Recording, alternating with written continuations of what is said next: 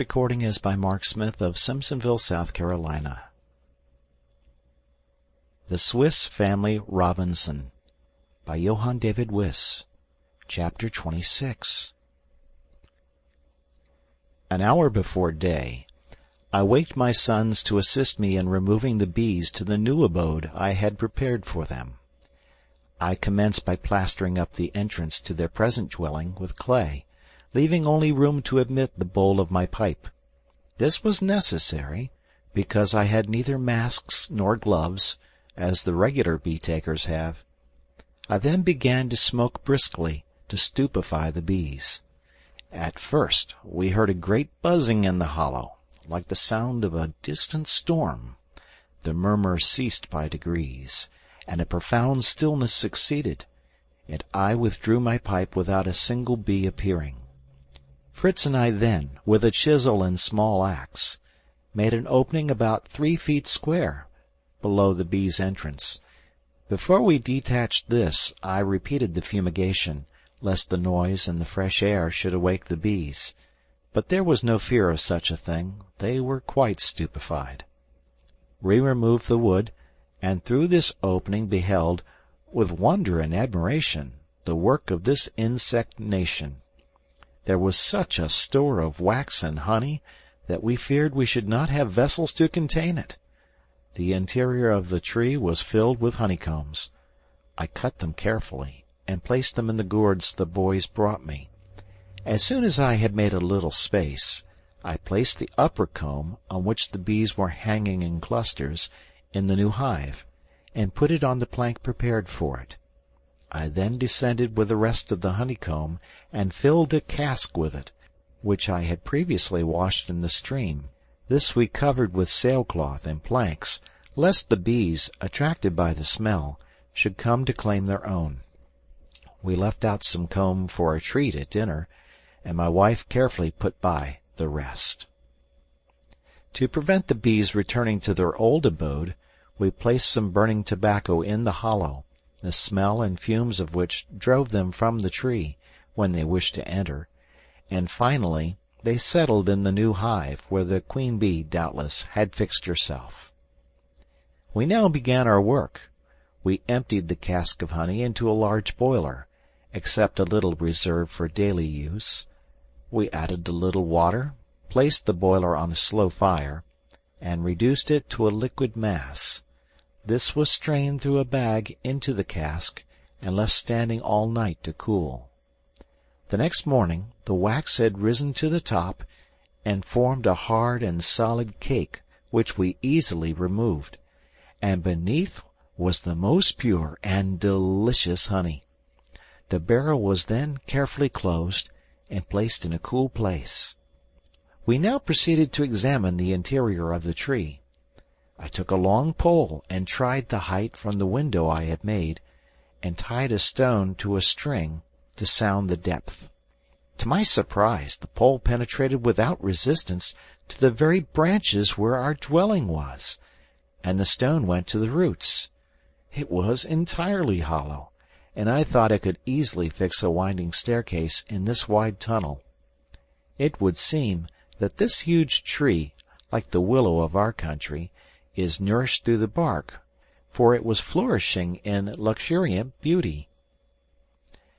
We began by cutting a doorway on the side facing the sea, of the size of the door we had brought from the captain's cabin, with its framework, thus securing ourselves from invasion on that side. We then cleansed and perfectly smoothed the cavity, fixing in the middle the trunk of a tree about 10 feet high, to serve for the axis of the staircase.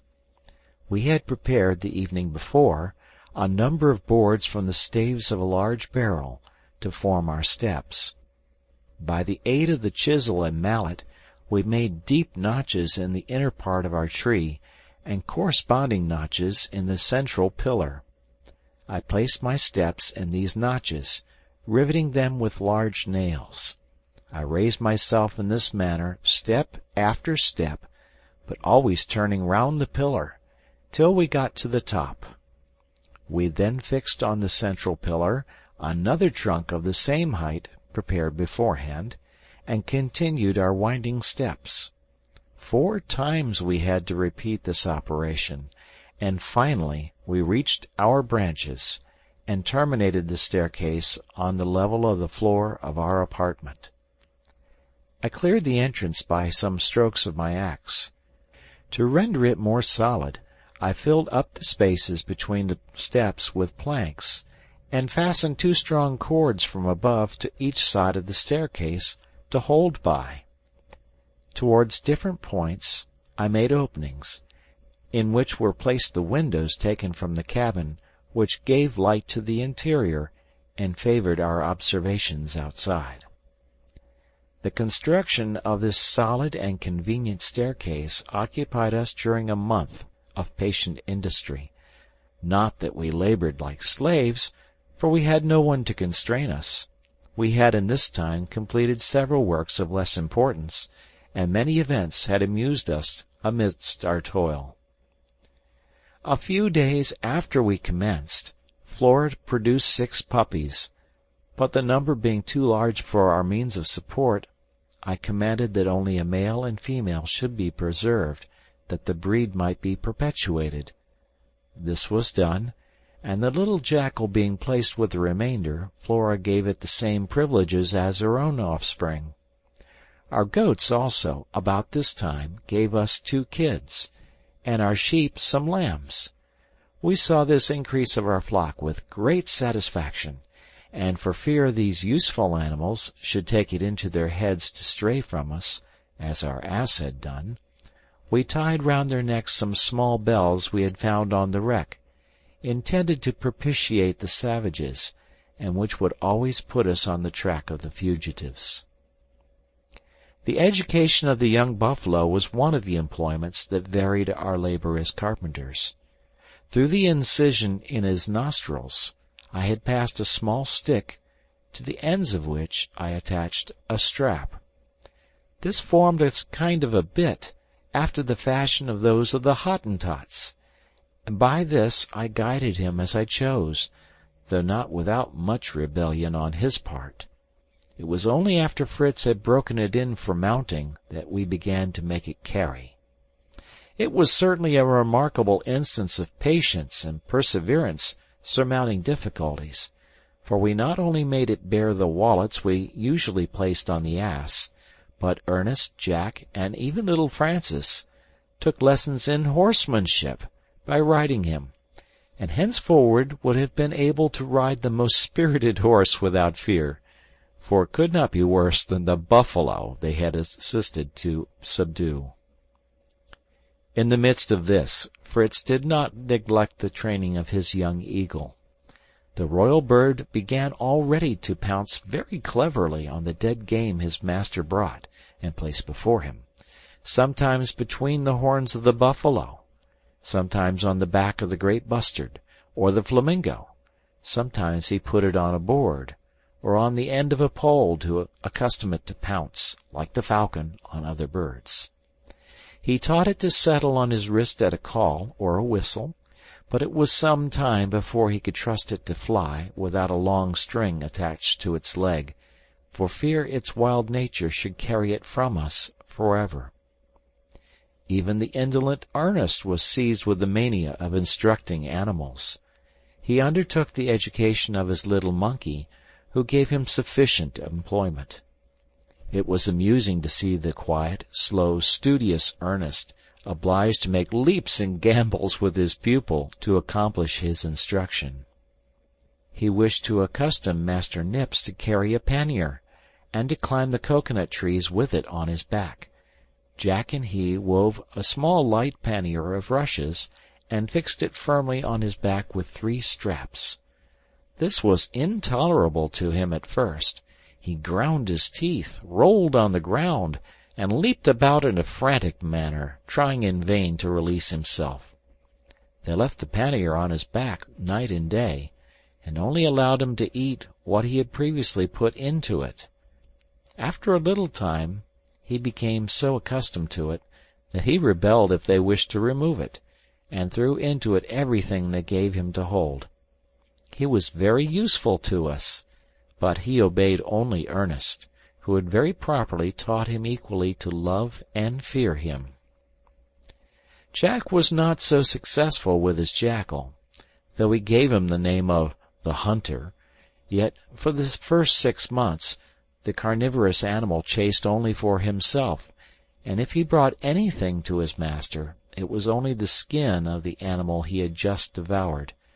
But I charged him not to despair, and he continued zealously his instructions. During this time I had perfected my candle manufacture, by means of mixing the beeswax with that obtained from the candleberry, and by using cane molds, which Jack first suggested to me, I succeeded in giving my candles the roundness and polish of those of Europe. The wicks were for some time an obstacle. I did not wish to use the small quantity of calico we had left, but my wife happily proposed to me to substitute the pith of a species of elder, which answered my purpose completely. I now turned myself to the preparation of the caoutchouc, of which we had found several trees. I encouraged the boys to try their ingenuity in making flasks and cups, by covering molds of clay with a gum, as I had explained to them. For my part, I took a pair of old stockings, and filled them with sand for my mold, which I covered with a coating of mud, and left to dry in the sun. I cut out a pair of soles of buffalo leather, which I first hammered well, and then fastened with small tacks to the sole of the stocking, filling up the spaces left with the gum, so as to fix it completely. Then, with a brush of goat's hair, I covered it with layer upon layer of the elastic gum, till I thought it sufficiently thick. It was easy after this to remove the sand, the stocking, and the hardened mud, to shake out the dust, and I had a pair of waterproof boots, without seam, and fitting as well as if I had employed an English shoemaker. My boys were wild with joy, and all begged for a pair, but I wished first to try their durability, compared with those of buffalo leather. I began to make a pair of boots for Fritz, using the skin drawn from the legs of the buffalo we had killed, but I had much more difficulty than with the caoutchouc. I used the gum to cover the seams, so that the water might not penetrate. They were certainly not elegant as a work of art, and the boys laughed at their brother's awkward movements in them, but their own productions, though useful vessels, were not models of perfection. We then worked at our fountain, a great source of pleasure to my wife and to all of us.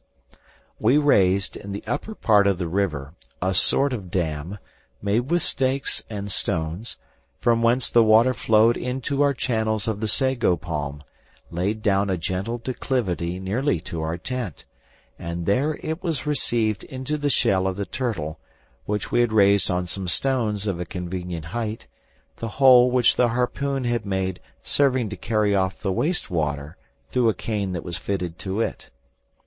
On 2 crossed sticks were placed the gourds that served us for pails, and thus we had always the murmuring of the water near us, and a plentiful supply of it, always pure and clean, which the river, troubled by our waterfowl and the refuse of decayed leaves, could not always give us. The only inconvenience of these open channels was, that the water reached us warm and unrefreshing, but this I hope to remedy in time, by using bamboo pipes buried in the earth. In the meantime, we were grateful for this new acquisition, and gave credit to Fritz, who had suggested the idea. End of chapter.